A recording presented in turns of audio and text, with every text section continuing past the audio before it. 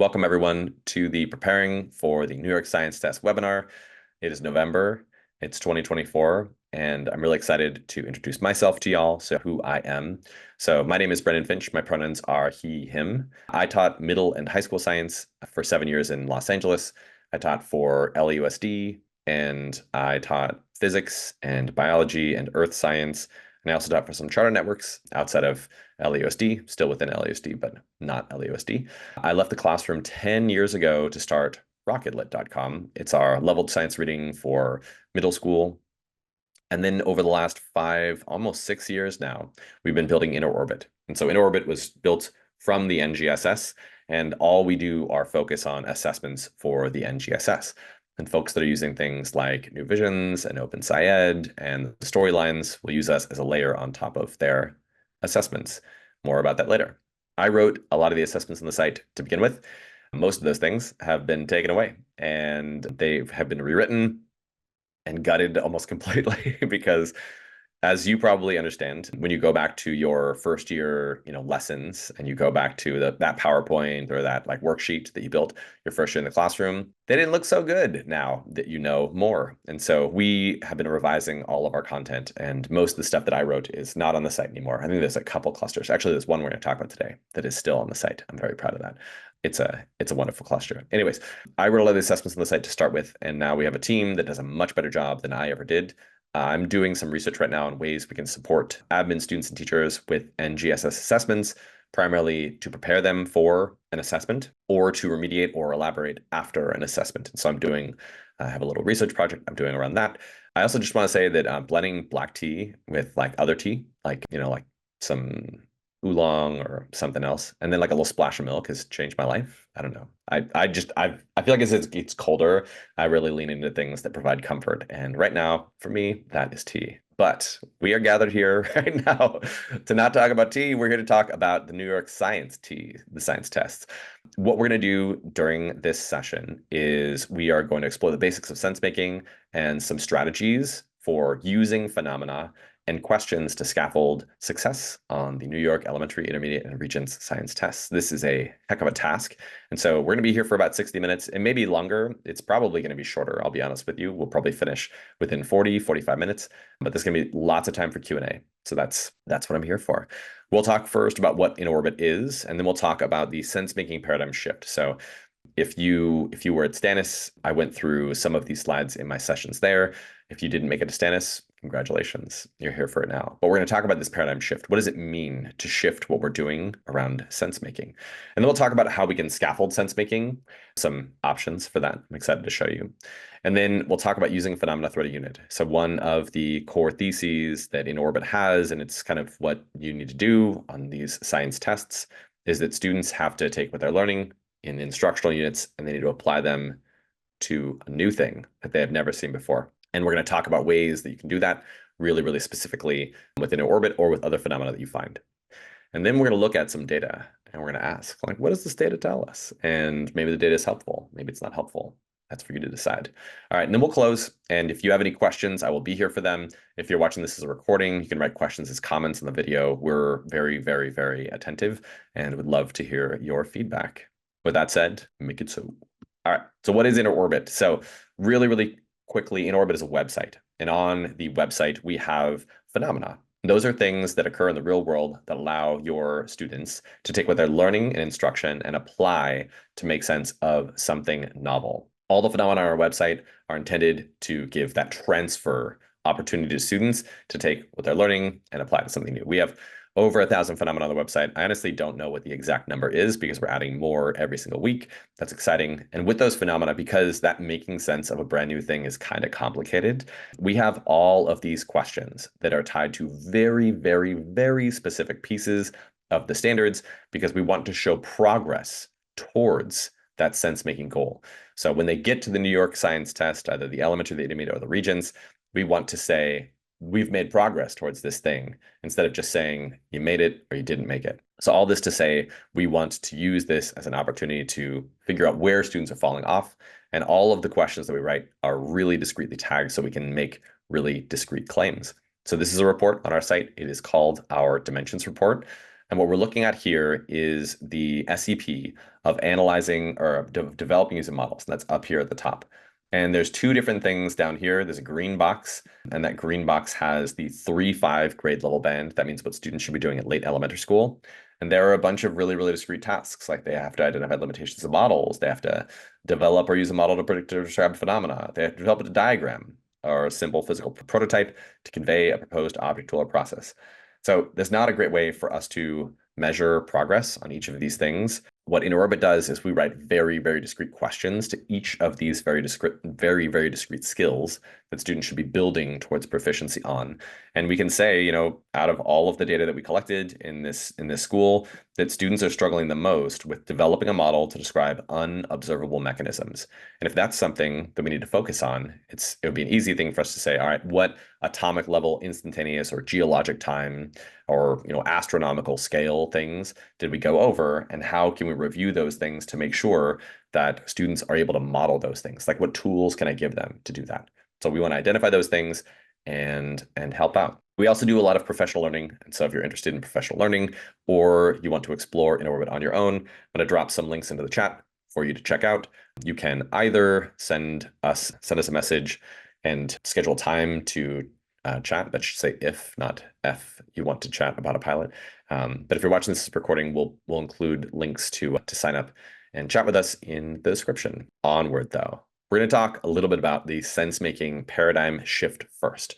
And so what is changing about sense-making, and how can we articulate that and clarify that for ourselves? So first off, we're going to drive into a standard, a performance expectation at the middle school level. And we're going to look at this standard, and then we're going to consider, what would an assessment that's close to proficiency look like? So if you've been playing with the PLDs, what fun those things are, then you've been thinking about what does progress towards proficiency look like.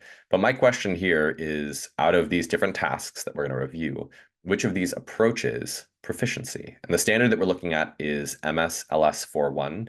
That standard says students need to analyze and interpret data for patterns in the fossil record that document the existence, diversity, extinction, and change of life forms throughout the history of life on Earth, under the assumption that natural laws operate today as in the past. There are 3 dimensions to the standard. There's analyzing, interpreting data. That's the science and engineering practice. There's the DCI of evidence of common ancestry and diversity. And then patterns is the last piece of that. All right, let's just say in our make-believe classroom that we're in right now, welcome students, that we're going to go over this image. And this is one of the instructional or anchoring phenomena that we use in our lesson. And in this image, we're talking about, there's these different layers, the law of superposition, and that we can dig down and figure out, what things live during what times based on the layers where we find their fossils.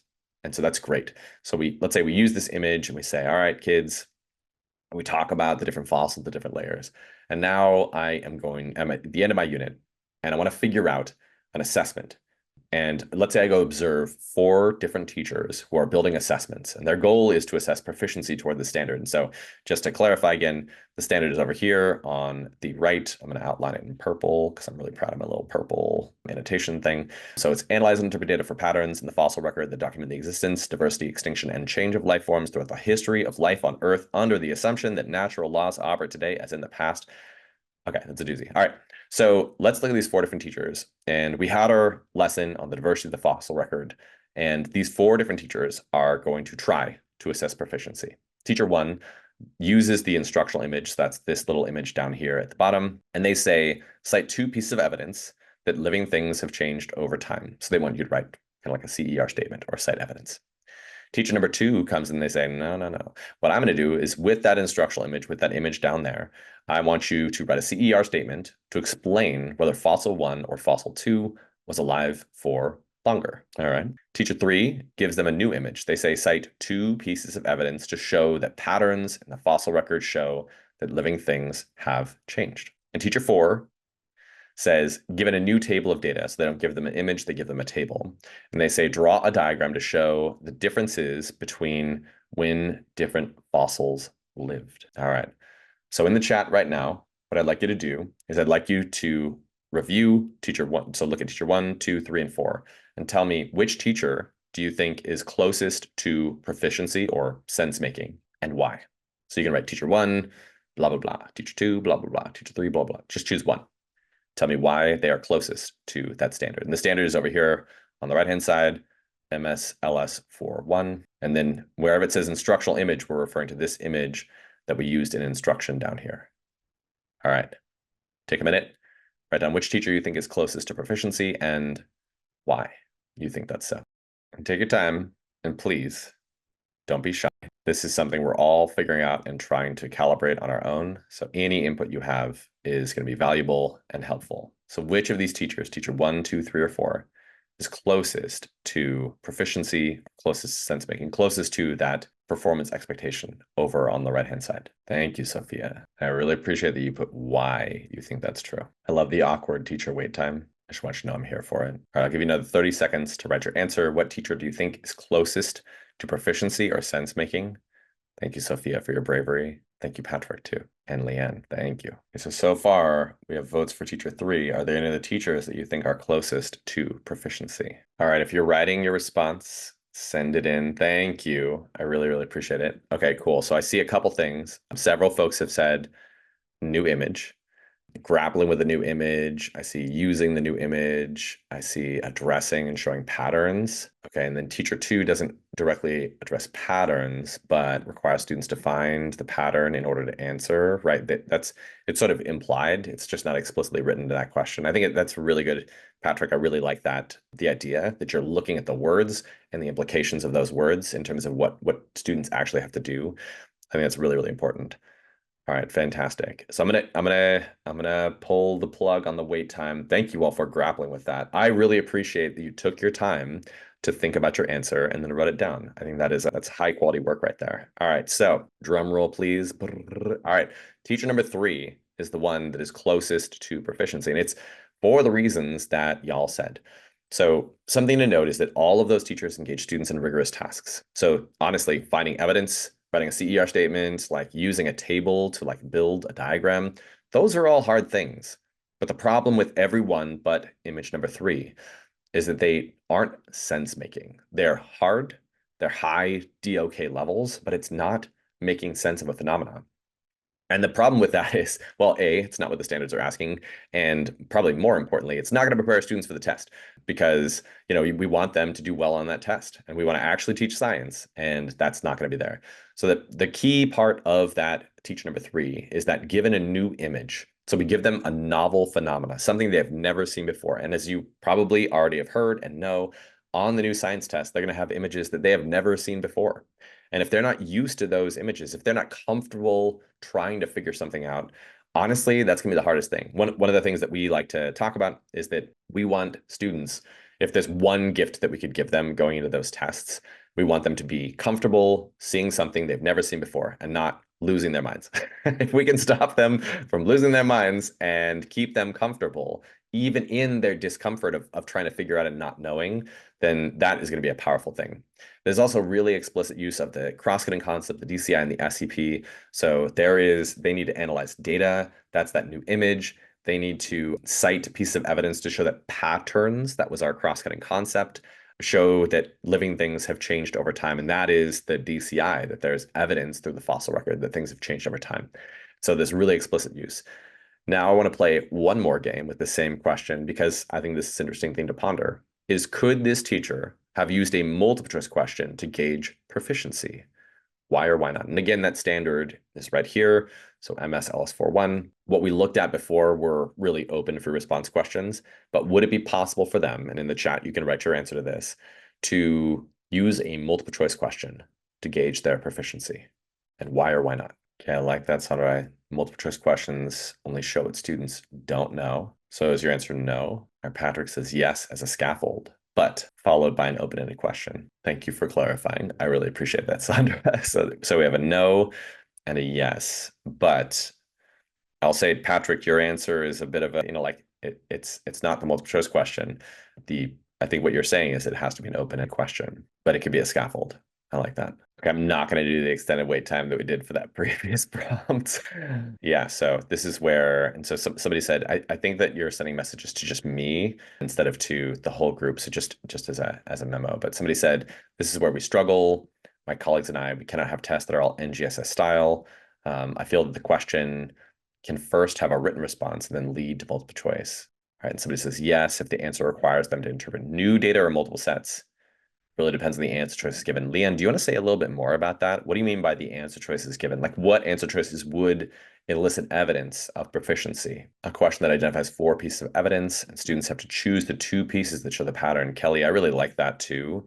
I think it's definitely possible to give them a set of things and have them choose which ones do fit. Okay, fantastic. So somebody mentioned in the chat that it may be difficult, different levels of understanding. So maybe an answer choice that shows a full justification, a partial justification, or an incorrect justification or something like that. So each one has a different level of depth of justification. That sounds like a tricky, as somebody who's written a lot of multiple choice questions, that sounds like a pretty tricky one to write. Cool. I love all these thoughts here. So one of the things that we found, and this is in response to somebody who they just sent a message to hosts and panelists, but they said, it's really hard to have all these NGSS style questions and to only have open response questions. And I think that is right.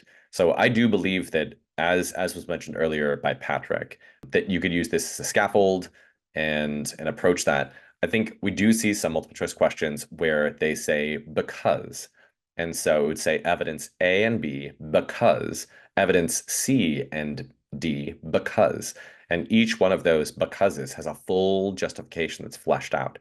And if you ask questions like that, students, I mean, they could still get it right even if they don't understand. But if you have 4 pieces of evidence and you have each of your answer choices that have like different combinations of those and different justification, or they choose the evidence and then they choose the justification separate questions, I think you could get some pretty good signal on whether or not students are able to do that. You could say, can you identify the evidence? And then which of these shows the justification for why that evidence is correct?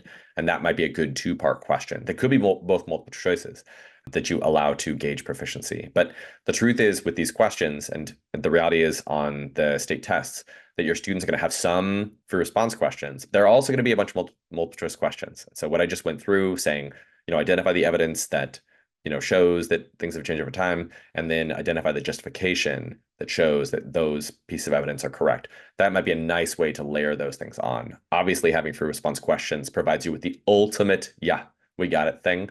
But I don't know that it's necessary every time because it's really, really difficult to grade free response questions. So with that in mind, thank you all so much for your contributions. It's wonderful to have you have your input in here. And if you've been shy so far, I do encourage you to be less shy and to share your thoughts. We're all just trying to make sense of this right now.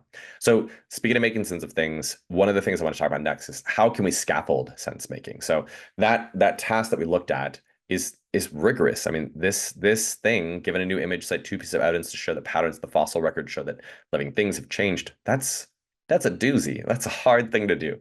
And so what we want to propose is that there are a couple of different ways that we can allow students to approach and scaffold up to that sense-making thing. And so what I mean by that is to take them from understanding things, from being able to represent their knowledge, and then moving them into a 3-dimensional sense-making. So a novel phenomena is in there, and I'm comfortable, like making sense of this new thing. And so one of the ways that we can do this is we can leverage the SEPs or the cross-cutting concepts. And I'm going to show you some questions and some styles of questions that we can ask multiple choice, actually, in order to leverage those things to approach that sense making or practice that.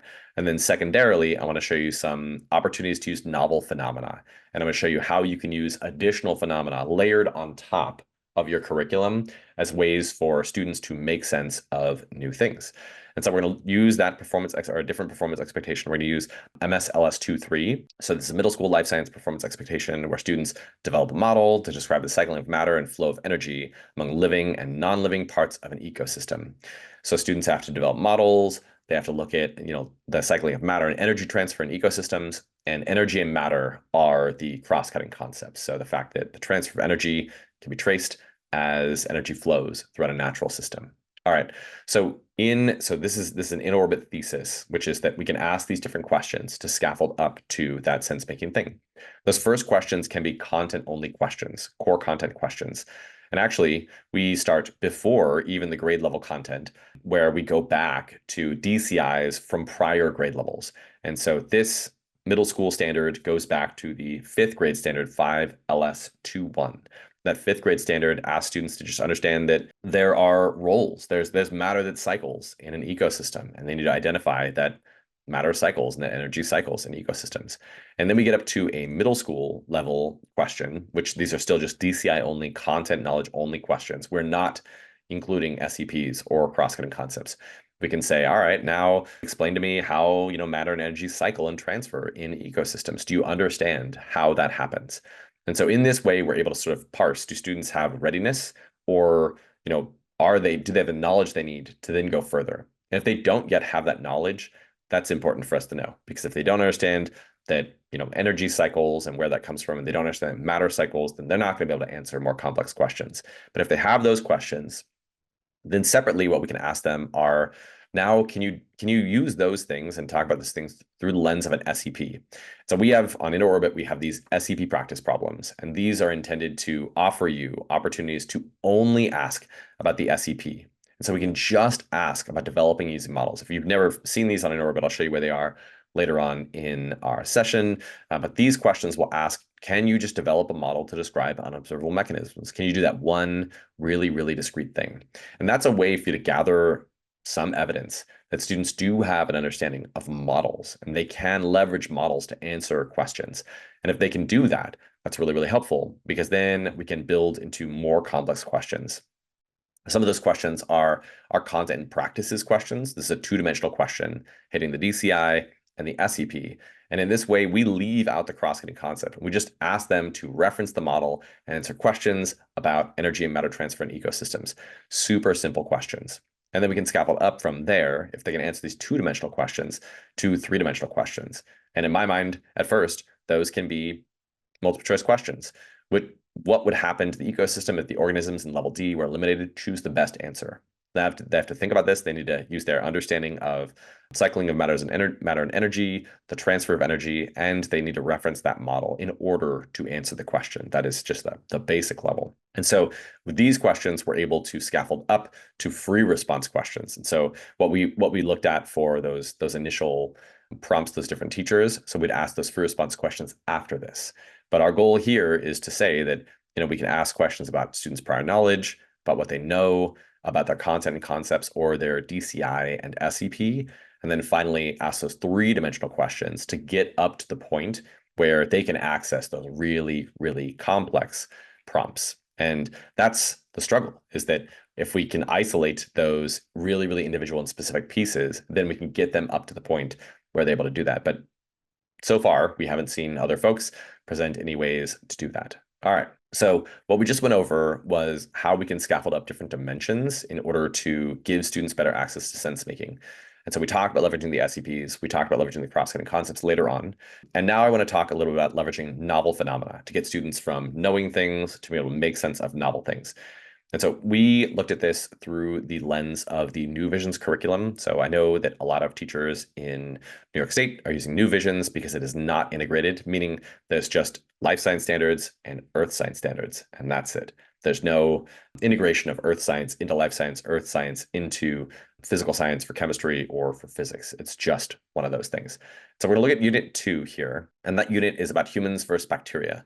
And there are, let's see, 1, 2, 3, 4, 5 different performance expectations that are covered in that unit. There's HSLS42, HSLS43, HSLS44, HSLS45, and HSLS28. And we're just going to hone in on a single one of those PEs. So a unit is going to be a bundle of lots of different standards together. There's going to be lots of lessons. This is 33 to 39 days. This is a long, you're going to be here for a minute. And so now what we want to do is just hone in on one of those standards. And we're looking at HSLS42. And this says that we're going to construct an explanation based on evidence that the process of evolution primarily results from 4 factors. So the potential for a species to increase in number, the heritable genetic variation of individuals in a species due to mutation and sexual reproduction. And then third, the competition for limited resources. And finally, the proliferation of those organisms that are better able to survive and reproduce in the environment. So those are 4 different factors that contribute towards evolution, or that drive the process of evolution. Okay, so what I want to talk about real quick is how we might use those through the lens of that anchoring phenomena, that unit in New Visions. And so at the beginning of the unit, what New Visions does for this second unit is they offer students this, this anchoring phenomena, which is why are bacterial diseases increasing globally? And how can we prevent new disease outbreaks? And so in that lesson, you're going to have a bunch of different content that students are going to go through to demonstrate that, yes, like they do understand. And we slowly layer on the idea that there's this proliferation of organisms over time and that bacterial organisms have thrived in certain environments. And there are evolutionary factors that have contributed to that happening. So there's going to be lots of different lessons. And then what I would suggest is in the middle of your lesson, you can give them one of the InnerOrbit phenomena. So that's lemurs in Madagascar. I'm not sure if you know this, but Madagascar, this bucket list thing for me to go there. But Madagascar has lots of different types of lemurs. If you look at the island of Madagascar, there are lemurs, different types of lemurs all throughout the island. And it shows evidence for the fact that, with all those four factors we looked at, that different, like species or subspecies of lemurs have proliferated where they have those advantages that are in there. And so what we can do with that is we can use the data from that and we can say, all right, well, if students struggled to answer questions on that, maybe we need to go back and reteach some of that core content, that instructional, that direct instruction, and explain those four factors later on. And that would be great. And then what we can do is at the end of that unit, we can give even more opportunities outside of the ones that are in the New Visions curriculum to say, this is another InnerOrbit cluster. Why does the viceroy mimic monarchs? And then also, why are African cichlids so dazzlingly different? I hope I'm pronouncing that word right. I may not be. I'm just going to be honest. And so what we want to do is offer different ways for students to take their understanding of those standards and go back and apply them to novel phenomena over and over. And so what we were looking at in this unit is we saw so HSLS 4.2, 4.3, and 4.4. And so I'm going to take you for a little ride real quick onto InnerOrbit, and we can take a look at. So for that one performance expectation, we actually have a bunch of different phenomena that you can pull from. So this is the HSLS 4.2. And so for HSLS 4.2, we have this lemurs of Madagascar, the viceroy, these cichlids, and what happens to wolf traits when wolves wander. And if we search for other standards within that group, we're going to find even more phenomena to just continue taking our understanding of, how adaptations are fueled. And we can look at, why is sickle cell more common in certain regions, or why won't these mosquitoes bug off, which is really so much the bacterial phenomena. How do droughts impact bird beaks? And what do hungry birds have to do with stick bug colors? And all of these involve different ways that adaptations drive the proliferation of different species. And we can go to each of those standards, and on InnerOrbit, there are going to be a bunch of different phenomena for each of those standards. And so you can give lots of additional phenomena to the instructional phenomena that you had on or in that New Visions curriculum, and use that as a way to show students that every time you talk about something in class, you're just going to keep on giving them additional ways for them to take their knowledge and apply it to something new. And that's the big idea with the standard and with what we want students to do. And that is how we can take and build this sort of roadmap and give students lots of different examples of phenomena throughout the course of a single unit. And as we saw in that unit and all those standards, we have, there's probably 15 InnerOrbit clusters, InnerOrbit phenomena for them to apply their knowledge to. And that's what we want to show them, is how they can do that thing. And what's kind of cool about InnerOrbit, as as opposed to things that they're doing within New Visions or OpenSciEd or other really high quality curricula, is that we collect really detailed data on student progress. Let me get back to our full screen here so you can see what that looks like. So when students are going through our assessments, you're going to have that data on the DCIs, on the SCPs, and on the cross-cutting concepts. So what we can do is we can dig into an ecosystem standards, that one DCI. We can say, all right, there's actually a couple parts to that we want to focus on and that we've assessed. So now we're looking at the cycling of matter and energy transfer in ecosystems. And within that, we can look at different grade level bands. We can ask questions that are prior knowledge questions, questions that are on grade level for a middle school standard or for a high school standard as well. We can say, all right, students did pretty well on the elementary standards that precede this, but when it came to that middle school standard, that MSLS 2.3, students really struggled with this. And so we need to talk a little bit more about how food webs are models that show how energy is transferred matter and energy are all transferred within those ecosystems. Because at the elementary level, they just need to focus on the fact that matter cycles. But at the middle school level, they look at matter and energy. That's the layer that's added at the middle school level. So students may not understand that. We want to give them opportunities to do so. And so if we can identify the exact part where students understand where there's a breakdown, then we know exactly what we need to focus on. It's the same thing for the SEPs. So sometimes on our reports, we'll see that students do have, it looks at the high level that students are doing great on developing these models. When we break down more discrete parts of those standards, we find actually it's because they're really, really crushing it at the elementary level and they're struggling at the middle school level. And here we can identify really, really discrete parts of those standards, like students are struggling to develop or use a model to predict and or describe phenomena. And we can also pick out other SCPs like planning and investigations and then dig into those to figure out where we need to leverage our time, where we need to leverage, student scaffolds and things like that. I think especially for SCPs, that's a big deal. So that same data is available with cross-cutting concepts. So as you're building your assessments in the dimensions report on InnerOrbit, we're going to break down, all right, so for energy and matter, we asked a bunch of questions at 3.5 and at 6.8. And students' performance actually varied significantly between, the very, very first parts of the standard and later on.